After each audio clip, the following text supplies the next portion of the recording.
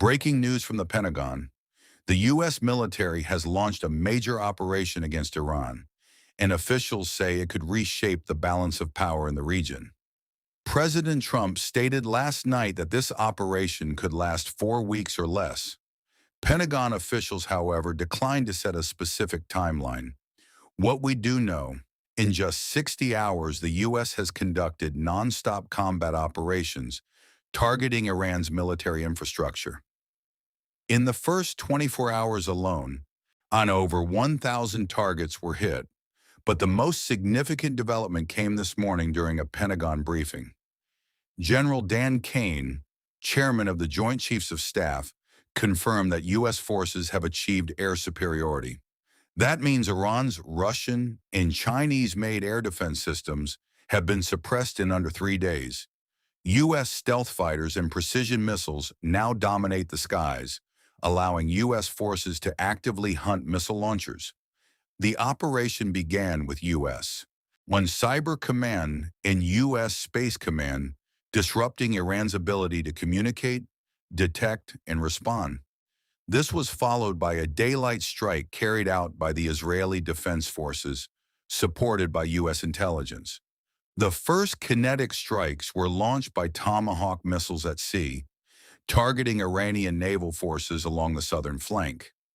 According to Pentagon officials, more U.S. forces are flowing into the region, although officials have not ruled out sending troops on the ground, likely referring to special operations units.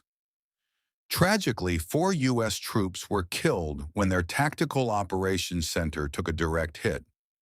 Secretary Hegseth emphasized the mission's objectives, stating the operation is decisive, targeted, and not intended to trigger prolonged nation-building efforts. He stressed, "This is not Iraq.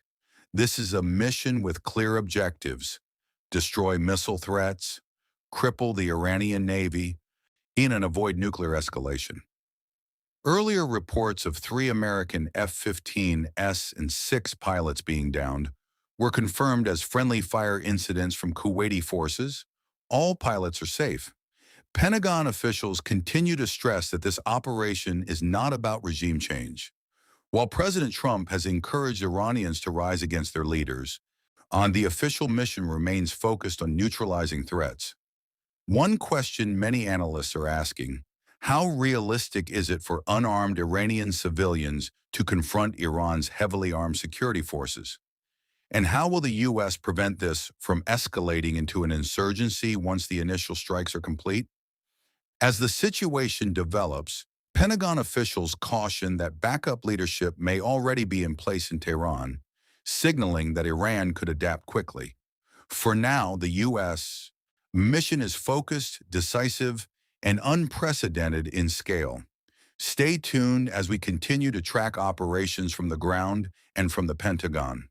Subscribe now for daily updates on military operations and strategic analysis from around the world.